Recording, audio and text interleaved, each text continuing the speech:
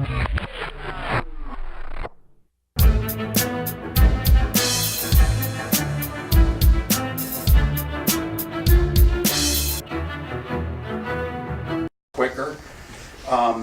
but there are times when you just won't ever catch a bedding fish on a jig or a swim bait, and I have yet to see the time when you can't catch that fish eventually with a drop shot. Sooner or later, it's just too easy for them to open their mouth and bite it. So it's a very deadly way to fish. Now, the thing that a lot of people don't realize is they tend to fish the smallest weight that they can get away with whenever they fish drop shotting or any other technique, and that's a big mistake. If you looked in this bag at these different weights, I've got them in 8 different sizes for a reason. And I use all 8 sizes. And in fact, I use some that I don't even sell. I make 1.5 ounce versions and 2 ounce and 2.5 ounce versions so far that I've used in situations. And I don't put them on the market because I won't sell them. I know I won't sell them. I don't sell many of the 1 ounce. I hardly sell many of the 1 ounce or 3/4 ounce, which is absolutely ridiculous because they catch fish like you can't believe, and people are missing out on a lot of opportunities because they think we've all been taught, you know, use the biggest hook you can get away with and the lightest line you can get away with and the smallest weight you can get away with, and that's just so wrong. And bed fishing is a good example. If you take a 1 ounce bait, a 1 ounce weight or a 3/4 ounce weight, even a 1/2 ounce is more than most of you ever use. Here's a 3/4 ounce, but you pitch a bait into that nest, you can keep that bait in that nest longer and shake it violently and never move it in that nest by using a heavier weight. And yet, how many of you do that? When fish are really shallow, which doesn't happen very often out here as much as it happens in the east, there are guys that are using long leaders and using heavy weights, and they're casting up on the bank, and then they're shaking their worm and dabbling it on the surface with the long leader, and they're using a heavy weight to keep it anchored against the bank. And that worm's shaking on the top like a moth fluttering on top, like it's dying up there, an easy meal for the fish to eat. They don't see your fishing line, they come up and hit it like a surface lure. There's so many ways to fish a drop shot that people don't stop and think about. I was fishing another tournament on the Columbia River in the mouth area of the Willamette one time. This was back in 1982. I'm sorry, geez, the years get by. 1992. 1992. And I was fishing crankbaits. I was fishing a gravel flat during the spawn, and I was fishing crankbaits, and it was the first spot. We were the first boat there, first spot of the day, and I loaded the boat right away with crankbaits with no problem, using Lucky Craft LV 100s and also Norman's deep little ends in a suspending model, both of those baits. And when I was in the deeper water, I was catching them on the deep little end, and in the shallower flat, I was catching them on the LV 100, slaying the fish. And then all of a sudden, this other boat comes into the area, and it's Gino Stalter, a friend of mine that's down there. School of Gino. Did you really? Yeah. Okay, well, ask him about this story sometime. He came in, and Gino's a good crankbait fisherman. He is really good at throwing crankbaits. He was coming around the point with his Stratos, and I was fishing, and I didn't want him to see what I was doing. So I put my crankbait rod down real quick as soon as I saw him. I didn't want to show off that I was catching them on crankbaits. I grabbed my drop shot rod, and I cast it out there, and I started reeling it back quickly because I didn't want to catch any drop shot fish either. I didn't want to catch anything while he was there. I didn't want him to see me catching fish and know that there were a boatload of fish around there. So I cast out there, and the spot that I happened to be at that point was only about 3 feet deep at the deepest. Along the shore, it was only about a 1/2 foot deep. And I was making a long cast, and I'm reeling it back real fast. And dang if I didn't start catching fish on a drop shot worm, fishing it real fast. And I started catching good ones. And I was catching fish after fish. I called every fish that was in my live well, replaced them with bigger fish. And Gino's looking at me, and I knew Gino didn't fish a drop shot rig. He had never fished a drop shot rig at that point at all. And he's watching me and wondering how in the world I'm catching these fish like this. And that was actually the start of developing a technique that I call drop swimming, that you can read a lot of articles about it, and in fact, In Fisherman did an article about me developing that technique. And Ron Hobbs Jr. and I are the two that developed that technique. And it is a deadly technique, and it works in all conditions. But we caught all those fish. Finally, I gave Gino a drop shot rig. I gave him weights, hooks, everything else, because I felt bad for him. He ended up getting second place in the tournament. Bad for him anyway. I got his number right here. Oh, really? I haven't talked to him in years. I haven't seen him. It's like he dropped off the face of the earth. He's not fishing tournaments anymore. Okay. Yeah. He's actually doing fish counts Oh. down South Too. Okay. Well, he's a fun guy, and he is a good fisherman too. And so anyway, I gave him a setup, and he caught a bunch of fish, and he ended up coming in second, and I didn't need to fish crankbaits the rest of the day. But from that day forward, I started thinking about drop shotting in an entirely different perspective. Up until that point, everyone considered drop shotting to be strictly a vertical presentation, something you fished over the side of your boat in deeper water. Your weight was below the hook, you shook the weight, you shook the hook, and it vibrated above the bottom, and it was right below your boat, and that's what drop shotting was. And from that day on, I started thinking about, well, if I caught those kind of fish fishing a drop shot where I should have been throwing a crankbait or a spinnerbait, then maybe I'm missing out on drop shot fish that I could be catching in other cases too. And so, since I make the weights and I got plenty of ability to experiment, and I love new challenges, I really started doing a lot more drop shotting than I ever should have, because really drop shotting is not my favorite way to fish. My favorite and probably best way to fish is to use reaction baits. But I've won more money on drop shotting, unfortunately, so I do it because it pays the bills. You can't argue with success. And all my fishing, tournaments and everything, pays for all of my fishing. So I don't have to spend a penny of my household budget on fishing stuff. That keeps my wife happy, my family happy. So as long as I'm making money in tournaments, it's good. But yeah, I started thinking about using it as a horizontal retrieve technique. Instead of a vertical technique, use it as in horizontal retrieves. Anytime I would think about pitching a jig, or pitching a crankbait or a jerkbait, I would say, I'm going to try and just throw a drop shot rig out there this day and fish that same way, those same fish with the drop shot rig. Fish are always going to bite when they need to eat. And if you present something that looks like food, bass are the least picky of most any other species, because they are predatory and because they have a mean disposition. They don't have any fear of anything else in the water in most cases. They're curious, they'll eat. And so all you have to do is present the lure. The main thing is to always present your lure at the level where the bass are hanging out. So if they're in 60 feet of water today, you need your worm to be in 60 feet of water, or your bait to be in 60 feet of water at their eye level or slightly above, where they can see it silhouetted against the lighter surface. Looking down at the bottom is great if they're looking down at the bottom feeding on crawfish or sculpin or any other bottom type prey that they're down there hunting for. But it makes it a lot harder for them to see your worm or your bait against the bottom, so you got to be able to fish right where the fish are. When you're fishing above them, you can be way off and the fish can see it and will come from a longer distance, so those fish are often easier to catch.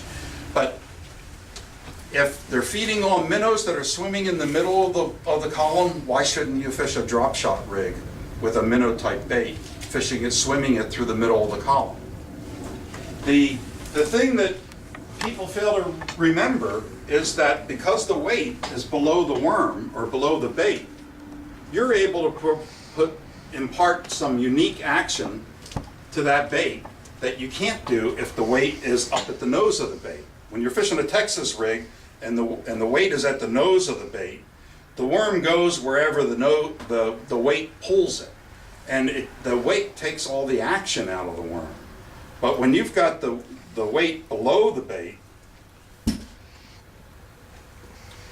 and you can put some slack in your line by lowering your rod tip and shake your rod tip, now that bait has much more freedom of movement. The weight was able to take the bait to the height or level or location that you want it to, But once it's done that, it's done its job.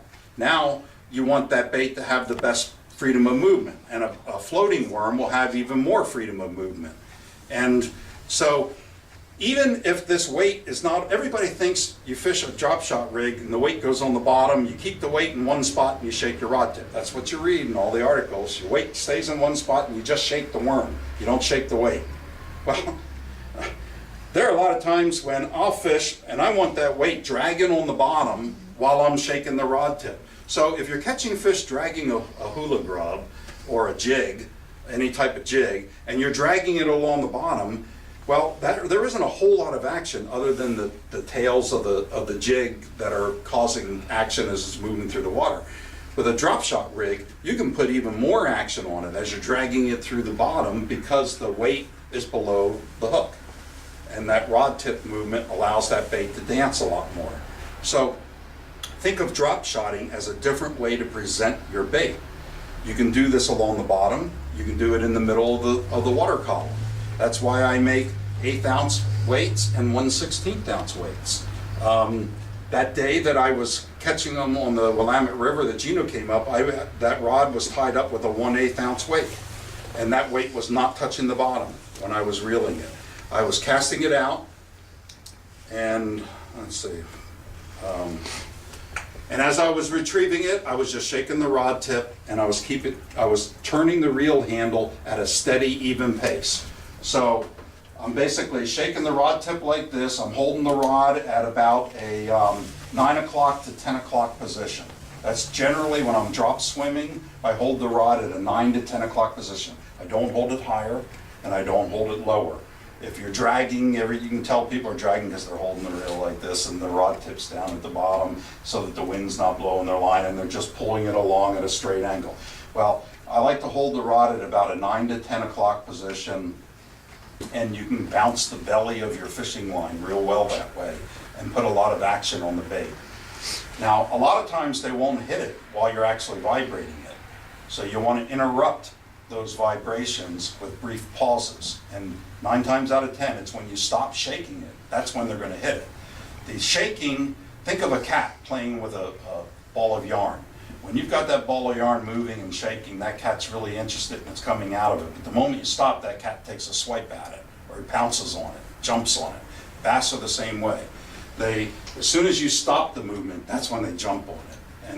And that's when you're really going to entice them to bite. And so I use that shaking to get their attention so that they can see it, and they come to it, and then I stop it, and then they think it's an easy meal and they grab it. So you can do that this far off the bottom, even up near the surface, by just adjusting your weight and using a lighter weight. Casting it out there and retrieving it back, shaking it along the way, stop, shaking it along the way, stop, and retrieving it constantly. And try all those different methods, try different speeds, different locations, and think of drop shotting as just a different way to present your bait with different movement, and apply it to all different kinds of conditions, and it works real well. So, how about cover, lily pads, mats? I very rarely see anyone drop shotting in mats. It works great. Especially with a heavy weight. I use a 1 ounce weight. I'll have a worm tied up, Texas rig. I'll usually Texas rig it so the hook's not exposed like it is here. I'll Texas rig it. And I'll pitch that 1 ounce weight out there. I'll use a bait casting rod with heavy line. Oftentimes I'll use 20-pound test fluorocarbon for that. I'll pitch it out there. The 1 ounce weight punches a hole through the mat, pulls the worm right through the same hole. Now it's down below, and I can shake it in place and not move it otherwise, not move it closer to the boat or whatever, and keep it in position much longer.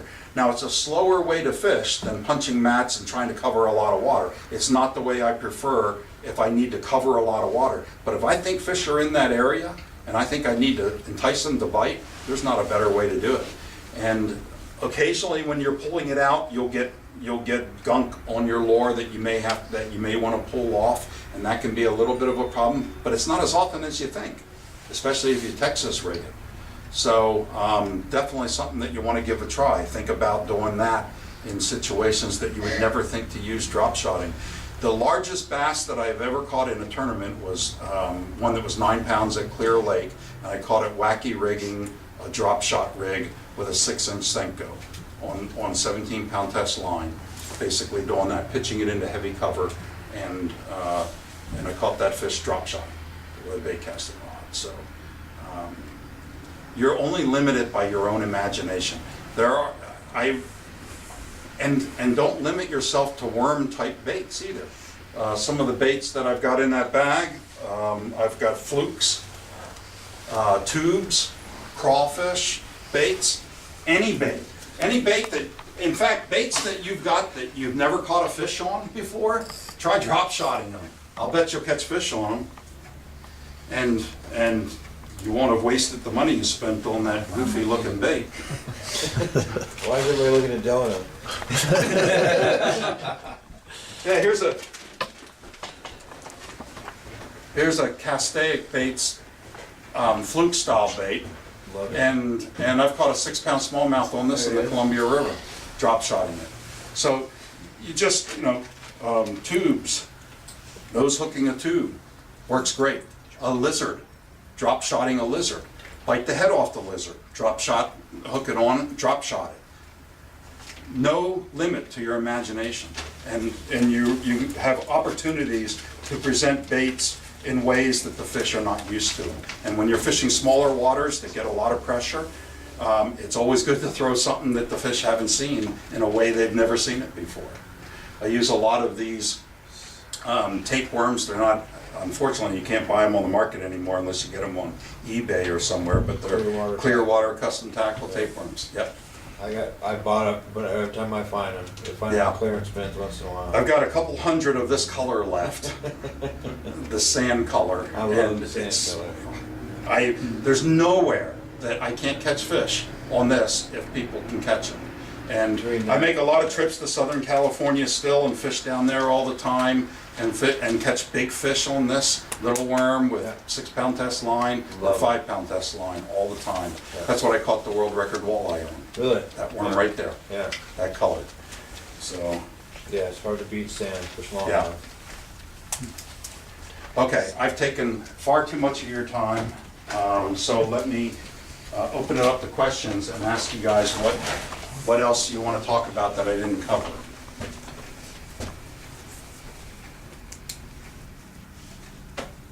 Nobody? Got them all already answered? Good job. Yeah. Actually, what kind of structure do you pay attention to when you're fishing the drop shots too? Do you go to like points and drop offs kind of thing? More All often? different kinds. You can never beat rocks for the most part in the Pacific Northwest. Smallmouth are very much rock oriented, and so I look for rocks. If you have time, come visit me on the weekend of the Puyallup show over at the Lowrance booth. I'll be working the Lowrance booth when I'm not doing seminars. But I spend a lot of time with electronics, and I think that's one of my real strengths is in being able to use electronics and interpret them and know how to use them. I've got two HDS 12 touch 12s on my boat and structure scan on the front and the back. An LSS1 structure scan on the front networked with an LSS1 on the back, or LSS2 on the back. All my electronics are networked together, and I'll bring some SD cards with me that have screenshots of structure, and I'll show you some wrecks on the bottom of Lake Washington that are absolutely amazing. I'll show you piles of jumbled steel that are laying there that look like I took the pictures with my camera, and instead they were with my sonar. So structure, structure is, smallmouths love structure, whether it's a rock point, whether it's the boom of a crane that fell overboard that's in the bottom of the lake, and I've got pictures of that I can show you when we get there. But they love structure, so I'm looking for anything. I'm looking for a log that's on the bottom, a tree, just something different than all the surrounding areas. So bass like to use structure and cover as a, it's kind of like that like their home. I mean, they just like to use an object that they like to be next to. They won't always be right next to it. Sometimes they'll be 10 feet off. But they like to be around an object just so that they have a sense of relation, of having something familiar to them in the area so they feel comfortable. And that's just my thought on it, but I've seen it happen everywhere. So I'm always looking for something that might be a reason for a smallmouth to be hanging next to it. It could be the anchor of a buoy. It could be a 5-mile-an-hour buoy, the anchor on it, that the chain's tied to. How many times do you think about that, you know? Did I cover? Yeah, you did. Okay. Good. Okay, good. Do you ever drop shot craws too? Like, Oh, yeah. do they work good? Yeah, in fact, Okay. Yamamoto just discontinued their small craw, which makes me upset. They have a small crawfish, and that's one of the best drop shotting baits. And they just discontinued it because nobody's buying it. So, if you find those, That's too bad. snatch them up. They're good. Yeah, the small 4-inch small craw. Yeah. Yeah. Have you been out to Alder? I've been to Alder only once. I only fished it for about an hour.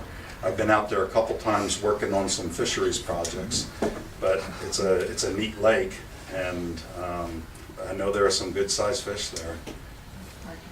Did you actually Yeah. catch any over there? Yeah, I You did. did? Yeah, So clear away. both largemouth and smallmouth actually. We were there for like Yeah. 4 hours and we didn't catch anything. But we Again, were- that's we where were you want to be without a stealthy motor, because that's of why. that clear water. Yep. You got a light line. Yeah, If you use 6-pound or 5-pound or 4-pound test line, you'll catch a lot more fish there. I guarantee you. And they're toads, big footballs. Yeah, they're Largemouth fat fish. are fat. They are. Yeah. They're very fat. Yep. What about nighttime fishing? Ah, I love nighttime fishing. I don't do much of it since I've moved up to Washington. In California, we would always have 1 or 2 tournaments a year, particularly in the summer, where we did night fishing. And I had all the black lights on my boat and used fluorescent line, and I used to do night fishing in other parts of the country also. It's pretty popular, but I don't do it very much up here. I just, probably because I've gotten older and lazier. I don't know. Honesty. It is difficult because, you know, there aren't many people that do it here. The facilities aren't set up for it, but it works. I mean, I've fished Lake Washington at night before, fished underneath the bridges, caught some big smallmouth doing it. It's just hard to find people up here that are interested in even doing that. That's part of the problem. Now, all the people that you know growing up, I mean, night fishing's a way of life with them, and you'd have no trouble finding somebody who wants to go out and fish at night. But up here, people look at you like, it's Oh, bad yeah. enough it's raining, but now you want to go at night too? It's just not as popular, but it works. It's good.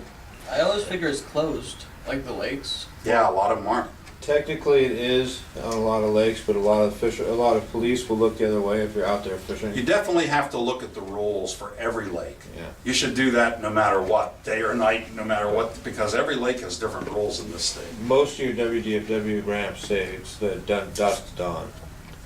And- Well, in a lot of those cases, Or an they hour have after, it an hour that way before, an hour for their state ramp. But if Right. there's a different ramp Yeah, in that exactly. lake, Yeah, you can still exactly. fish it. So. Yeah. Oh, you put it on before it's dark and you take off after it's dark. That's right. Yeah. Yeah, the other reason I don't like night fishing around here is because a lot of the lakes, it's not safe to leave your rig parked there. Unfortunately. It's getting terrible. It's really yeah, getting it is bad. it's getting to a point where I don't fish certain lakes just because of it. Yeah, I quit fishing Capalson Yep. and some of those because it's The way they just- designed that ramp is ridiculous. The ramp is awesome. Putting that parking lot up away from everybody out of sight is Yeah. the worst thing they did. Yeah. Yeah, there's fresh glass in there every week. Every once in a while I brave it going down there. Yeah, it's You'll see a you'll fun see- fishery. It's a Just see shame. the sheriff still sitting perch in there every once in a while, but they don't know, they don't have the budget either. Yeah, it's too bad. Yeah. What's the best way to target the smaller lakes that we generally do? As far as if you come to a lake, what's the best way to start out? Well, it depends on the season. If there's a possibility for a topwater bite, that's always one of my favorite ways to fish any of the smaller lakes, particularly lakes around here, because there's no more fun way to fish. And it's awesome, it's deadly, using a small popper like a Segoy Splash. It's one of my favorites. And And also Sammys are one of my favorites, and I'll use both big and small Sammys. A lot of people don't mix up the size of their top waters enough.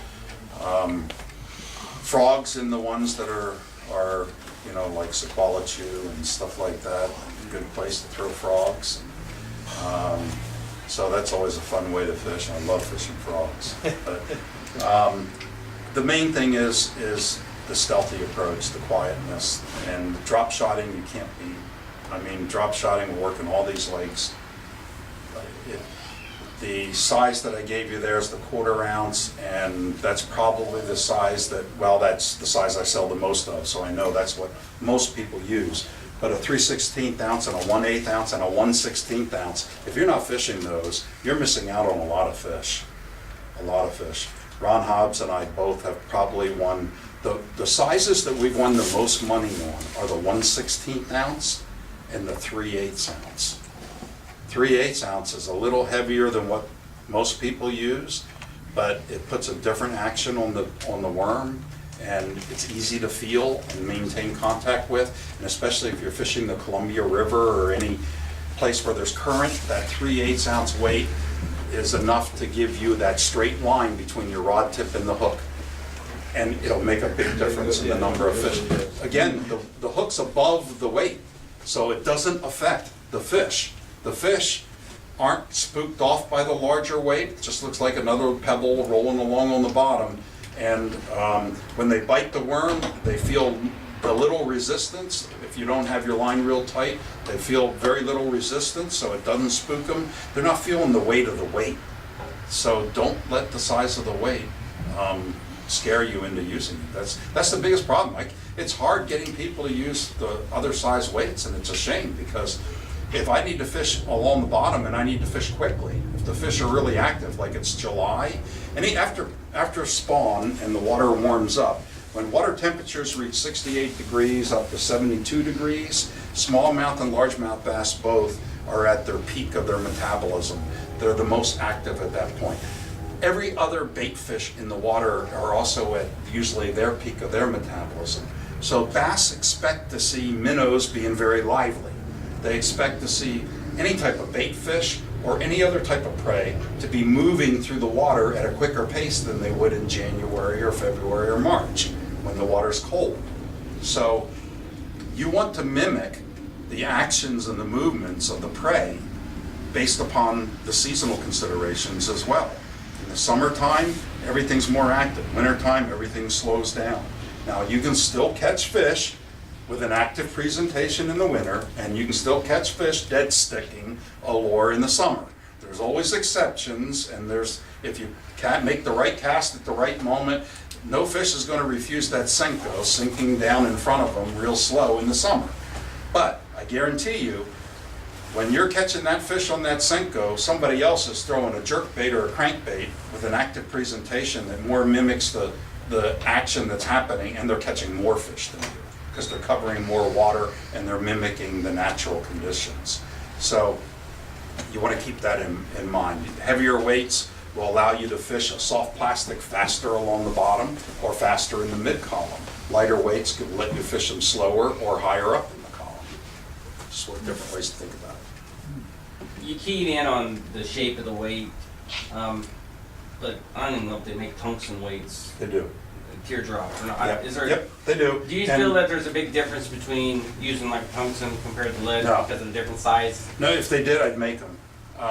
There's a couple problems with tungsten, and I've tried to make them, and I can make them, but I have to make them in China, and I don't want to make them in China.